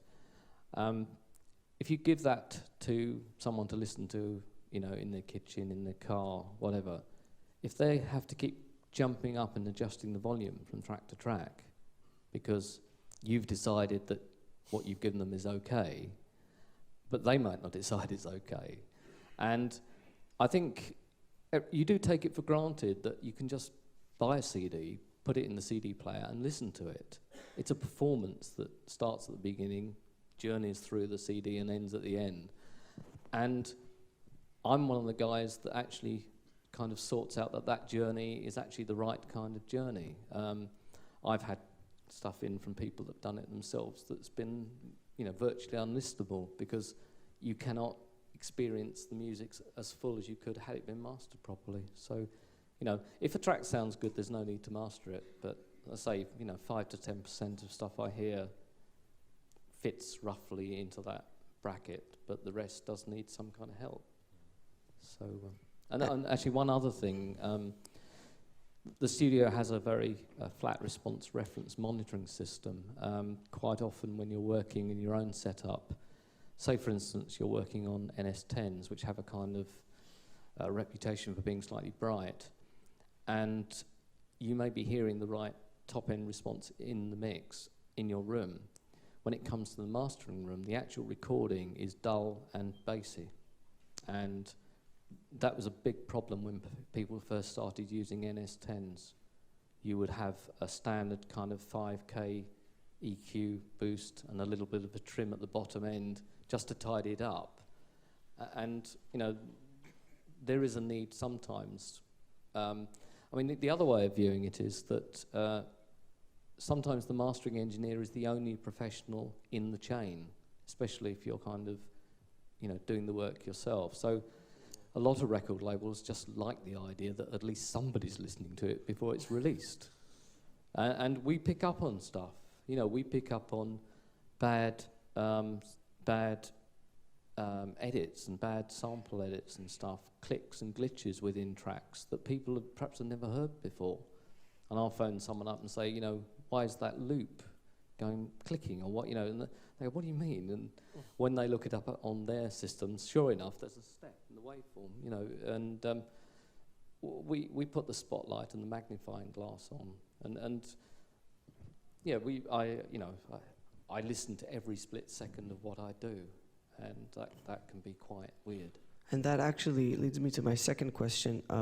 Don't you think, like you talked so much about, you know, like you did just now, about the importance of the clarity and the precision of sound and everything, but don't you think a lot of great music is created just because of unprofessionalism? Like, yeah. I mean, it's not really about the being able to hear it is kind of. I think you take it for granted that you can hear things. I mean, lots of great tracks are great because you can actually hear, you know, you do hear them. At the end of the day, it's got to be a good performance. You know, I have a kind of, you know, I prefer people to literally make music very quickly. You know, I have a problem watching you all spending hours and hours fiddling with beats and stuff on a sort of 15-second section of a track. I haven't got that patience. I've done recording myself, but I wouldn't have the patience to do that. I would go for a more spontaneous approach. What I would probably do is if I was you guys, I'd spend the time preparing the tracks, and then I'd actually give that to a whole load of musicians and say, right, there you are, there's the template. Now give us some performance out of it. And I think you do kind of hear that in recordings, like, you know, a lot of the American house tunes, you know, they have real piano players playing really decent stuff. And a lot of people over here just do repeat loops and stuff like that. And, you know, there are kind of... there's no rule in terms of creativity, really. You can actually do what you want. It's whether you're satisfied 3 years down the line. You know, if nobody's listened to it and it could have been better, then it's a missed opportunity. You know, it's you know, it is very competitive out there. Radio stations will tend to play the stuff that really pops out and makes notice. So. And talking of listening, Thanks. Thanks, Michael. Okay. And talking of listening to every second, in terms of the LP experience, when you're talking about an album or CD or LP, are you the guy that gets to decide how much space there is between the tracks? The magic 2 seconds. Is there an art to that?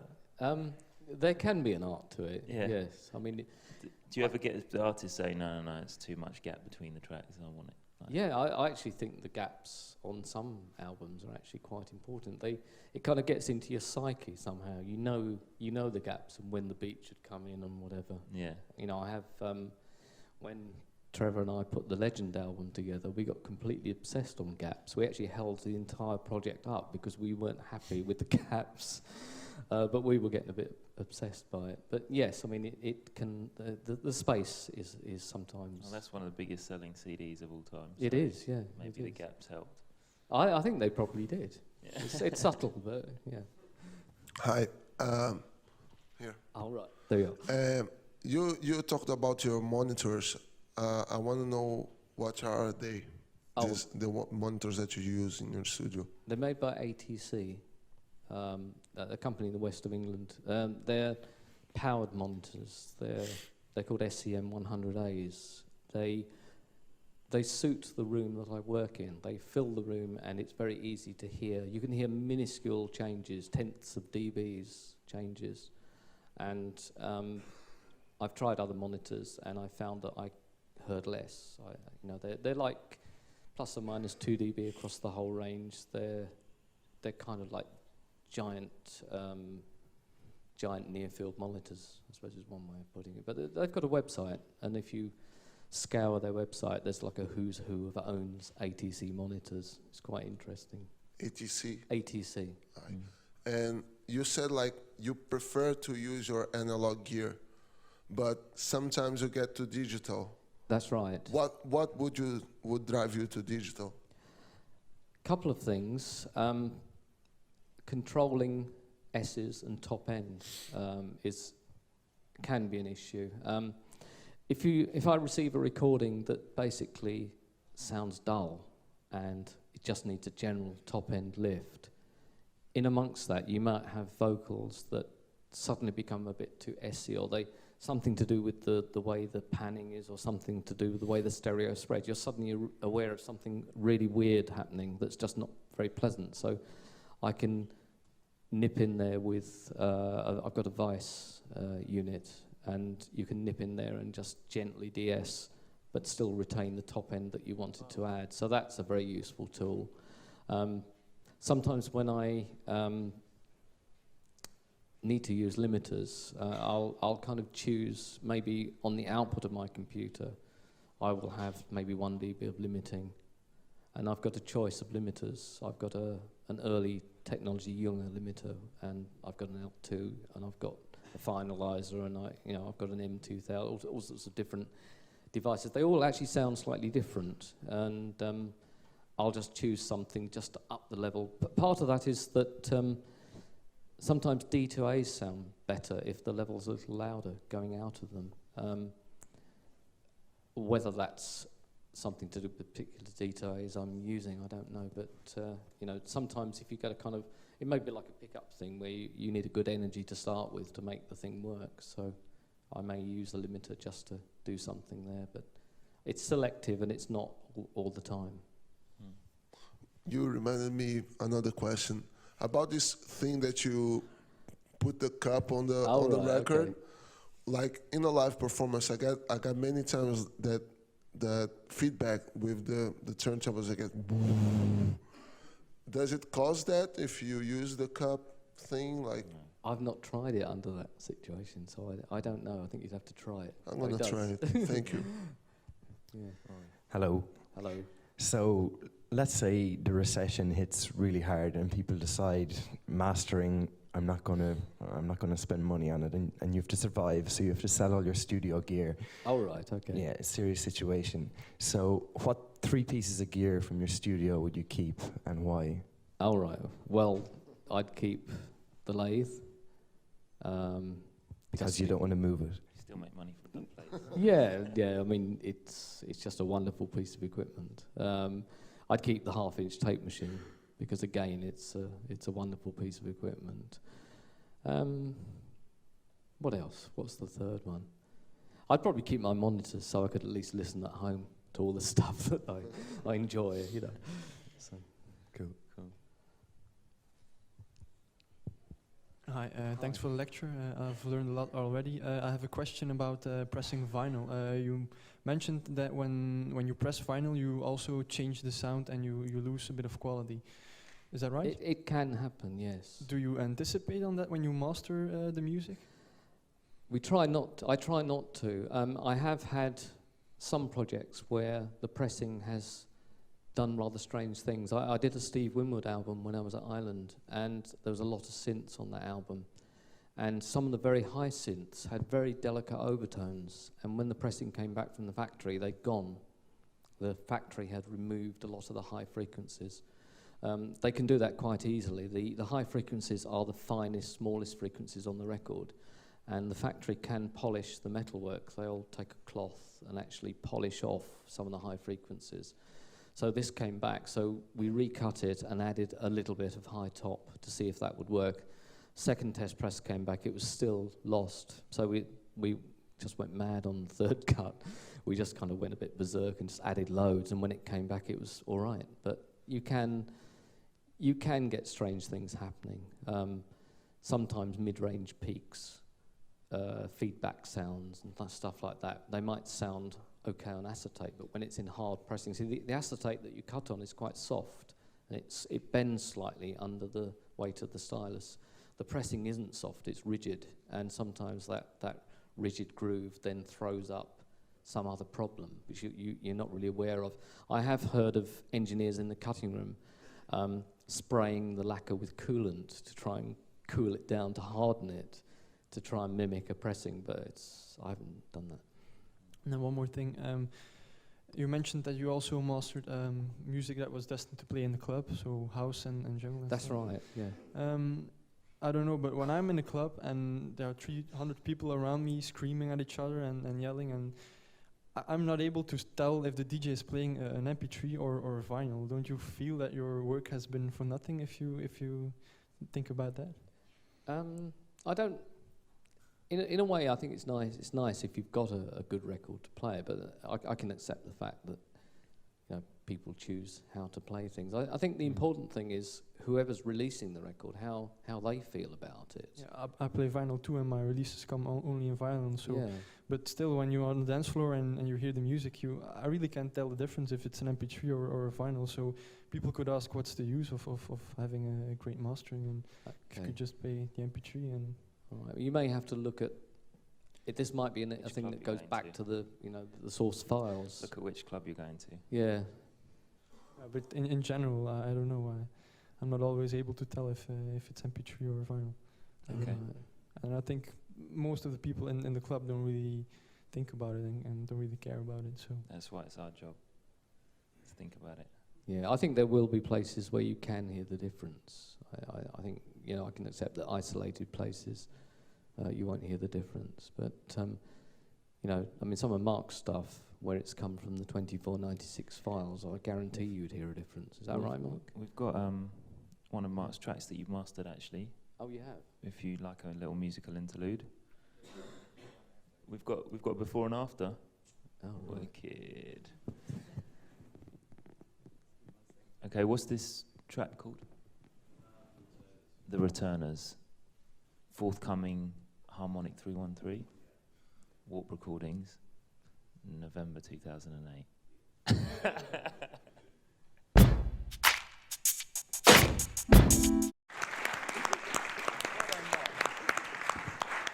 Now I understand why you didn't want to move to Sydney. So, any more questions? We've got a few over here. Hi. When you get a track and you start mastering it, is there a certain routine that you go through? Like, do you always go to certain bits of equipment first, or does it vary? No. I always just listen to it as it is, and I get a feel for what things ought to be. There's something else that goes on in mastering, and I don't know whether that is possibly me, but I think there's some kind of telepathy that goes on. People send me stuff and I do something. They might be recording in Colombia or somewhere, or Australia, and they say, how did you know to do that? That's exactly what I want. And I've never really fully understood that, but I'll just pick an approach, or maybe a couple of approaches, and sometimes I give people choices. I'm doing that on this Franz Ferdinand album at the moment. I'm doing a lot of it unattended, but I don't really know exactly what they want, so I'm giving them maybe a couple of dBs difference in level in terms of the mastering. The brief on that job was not to hammer the level out of everything. They didn't want it to be part of this loudness war, so we took everything very steady and very dynamic. And then when they turned up to the session, it all got louder. So I'm aware that they don't want to over push it, but sometimes I'm not totally sure how they would want it, so I do a couple of things. And that happens with me. Sometimes I just give a choice back to the customer, and quite often that's fine. They may use one for download and one for CD. It's just I don't have any set way of doing it, other than that there is a finite amount of equipment in my room. Cool, thanks. Hi. Hi. Going to the loudness question, mainly in pop music, everyone is trying to make their songs the loudest as possible, and the music is getting more compressed and more. How do you see things in 5 years or something? That's a difficult one. I think there's two things going on with this high-level stuff. Music is competitive, especially if you want to be the hottest band on the block. And CD, it's like a litre of water. You can only put a litre of water in a litre of water bottle. And CD has a digital ceiling. And one of the ways that people have got their music noticed is to find clever ways of compressing and limiting and just cranking the whole sound up. If you're a thrash band or a grunge band and heavy metal or whatever, and that's part of your sound, you know, I don't really have a problem with that. I think the thing is to be aware that any recording, there is probably a natural maximum level. And sometimes that takes a little while to work out, and sometimes I'll do something and perhaps I'll just leave it for a day and then go back and say, well, actually, that's too loud, so I back it off a little bit. That's quite a common thing with me. My first instinct, and I think it comes from working with vinyl, is to go for a slightly louder thing, but then I will rein it back a little bit. But it's like a window. If you rein it back too far, it becomes a less interesting thing. The sound, all the sound, the reverbs go into the background. You don't have this kind of impact. So there is this kind of window that does work, and I try and work within that window. Thank you. Any more questions?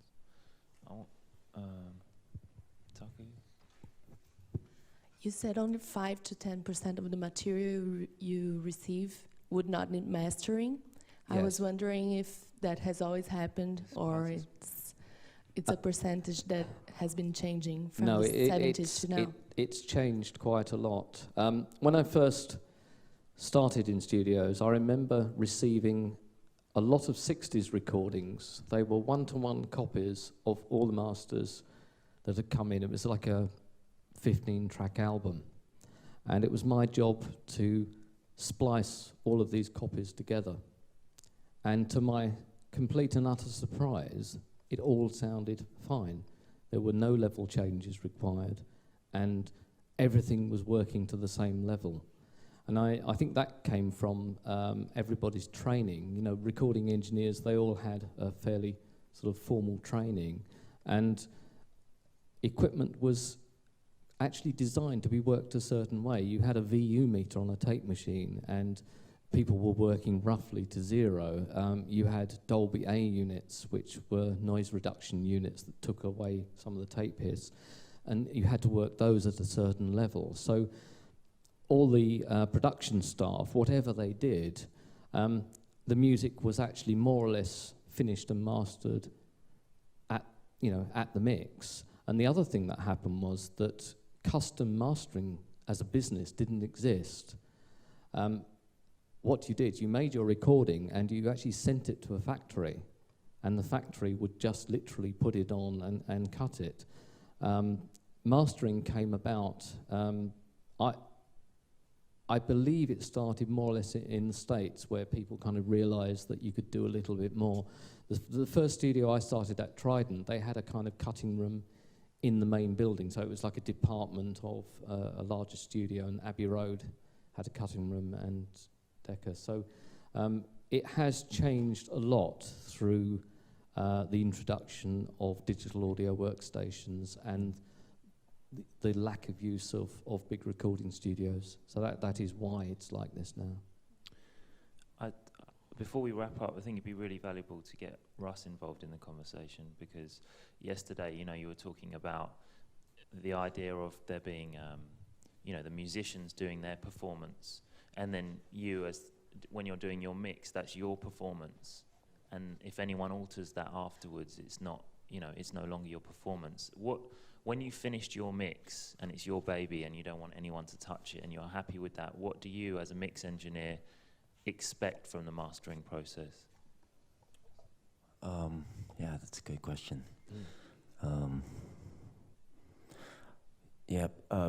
I get my mix to a point where I've done, I've worked hours and hours on it, and I expect the mastering engineer to really listen to it first and see what the sound of the album is before they start putting their normal sort of chain, especially with some of the stuff that I do. It's pretty it's not like the standard style of mixing anymore. Everything is super loud, compressed, and sort of really linear. So I don't really want it like louder than anybody else's. I want my dynamics to stay, and I want like, if there's gonna be any sort of tweaking, it should be like just a touch of low or touch highs or just low, pulling out the middle a little bit. So yeah, that's what I would normally expect a mastering engineer to do on my album. And plus, I don't like putting an L2 or anything. I don't believe in like in the end putting like this $500 sort of digital compressor once I've run the mix through like $300,000 worth of vintage equipment. Yeah. But. And how involved are you and therefore the artist in the mastering stage? Yeah, if it's a full album, or even if it's half, or if I'm in the city that the mastering engineer is, I definitely go to the session and I pretty much master it with the mastering engineer. But I only use really like 2 other people, but I will start using John now that we've met. And yeah, I'm there like the whole time. The artist will come in and out, but usually I'm pretty involved with the mastering, just to make sure that he's not gonna like mess up the mix, because you can really mess up a mix by just even pulling out a whole dB of a certain frequency, So a mastering engineer that's not as experienced could really sort of ruin the vision of the whole album concept. Okay, thank you very much. I've got a question though. All right. Okay. What's the real process of bringing the level up to CD standard? Not like making it louder than anyone else's, but just like a standard way of getting, like, say, from half inch, you have to bring it up to a CD standard. Is it just computer processing to get it to that level? No, I actually personally can't stand changing levels in the digital domain. This comes about through time and time again, just trying things out. I remember a long time ago having an acoustic album that needed 5 dB of gain for an album, and I had about 7 or 8 places in my system where I could change the gain by exactly 6 dB. Right, and I thought, right, I'm going to see what happens. I'll set each one, change it by 6 dB. I mean, I would have thought theoretically, mathematically, I would have ended up with 6 files that all sounded the same. And to my horror, they didn't. Some files just sounded totally incoherent, as if all the mix had fallen apart. Others sounded harsh. One wasn't too bad. And at that point, I realized that this string of numbers, it's dodgy. So I have all my sources in the studio, whether it's half-inch or digital, and within reason, I just play it flat. I come out of the digital domain quite often. I have these Manley 2496 converters that I just like the sound. They don't sound digitized. They're very musical. And I tend to do my level changes in analog, and I present the A to D converter with the correct level for the CD. It goes onto a workstation, and all the workstation is there for is editing, fades, presenting the material to whatever media is going to sort of store the CD in the end. The only thing I will possibly do on the workstation, occasionally I'll put a little bit of a bass filter in as a plug-in if something pops up in the mix. Occasionally you get a thump on a drum kit or something like that that hasn't quite been taken out, so I'll just put a little snippet of something there. Maybe a few fancy level adjustments if there's a rather awkward crossfade or something. But I would say, as an engineer, 95% of my level adjustment has already been done before it enters the destination workstation. And once it's in there, if it's already at 0, you can't go any higher. That's it. So, and the level I set it at is generally by a discussion with the client as to where they see their project in amongst everyone else's. And say Some people go for very dynamic. Some people want a bit of something, you know, they want the kick to kick. I mean, it's, you know, I do quite a lot of UK hip hop, and when you compare, you know, some serious Dr. Dre levels and stuff, you know, they want to go home and sort of rethink what they're doing. So, you know, there are times when you do push the levels, because otherwise they just won't sound like they mean anything if the levels aren't right. So it depends on the genre of the music and the dynamics. And I mean, on an aside for this, I mean, I've had classical recording engineers who've come in and said, well, you know, I don't want my stuff touched. It's already peaking at 0. And we've put it in the system, transferred it all digitally, no changes. And then I've sat down and listened to it, and I said, well, okay, it might peak at 0, but it sounds 15 dB quieter than anything else. Is that what you want?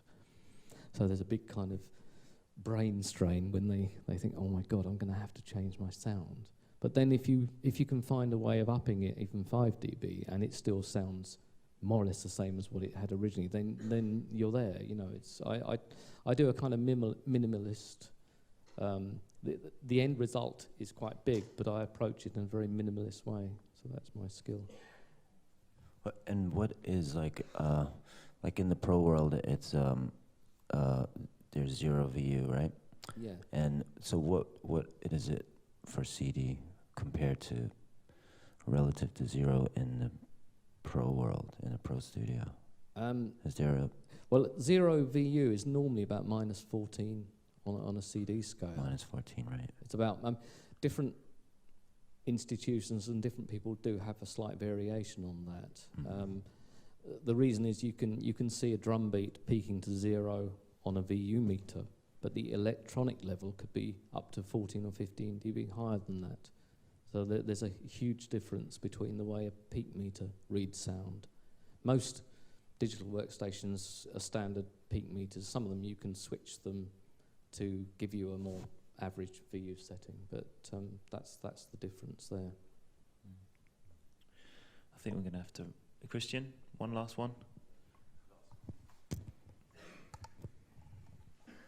Hello.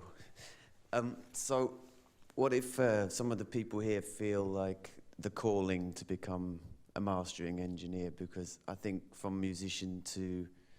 there's inevitably an aspect of engineer, especially you have to learn how to EQ and do things for yourself. But if you feel compelled to, you become more interested in everything you've been talking about, and the delicate approaches and the science of mastering, the art of mastering even. What do you recommend for budding mastering engineers? How can they train? How can they learn? Because, I mean, I've been mastering for years, and I hardly ever get to meet other mastering engineers and talk about different approaches. As you know, it's been really intriguing to hear yours. So you know, I don't know where is there a school, or is there some kind of standard way of learning? No, I've not come across a school. I think one of the things I'll probably end up writing a book or a. There's a couple of books, isn't there? Yeah, Bob Katz does some bits and pieces. I think. It's a learning experience in the same way that recording is a learning experience, and I've had the sort of privilege of coming into the industry at a time when that learning experience was huge, and I've been able to look forward and look backwards and just apply sensible engineering techniques and just bring a bit of what I learned, the best of what I learned in the past into the current. And I think the only way really is to, you know, get into a place that actually does mastering. But it is very, very different. I mean, there are engineers that I definitely respect in terms of their work, and they sit there using an audio workstation that I wouldn't pass a single sound through, yet they're there and I respect their work. So it's kind of it's definitely a slightly style thing, and I suppose you really do have to kind of introduce yourself to places and try and get in places, even ask whether you can be there for a couple of days making the tea and just being there to help out. Because I get people coming in quite a lot just to sit around for a day. gets a bit boring after that, but you know, they come in for a day. Isn't that the clients? No, they're generally involved. You know, they like the idea of all their stuff going onto tape or the lathe and getting excited. You know, they're generally okay. And you're going to be around for the rest of the day, right? Yeah. So if people have got further questions, I'm sure we can ask over lunch or high tea or whatever the relevant time is now. It's almost 5. I think we're going to be back here at 6 for the listening session, so it's probably time to grab a bit of lunch. But for now, thanks to the master, Mr.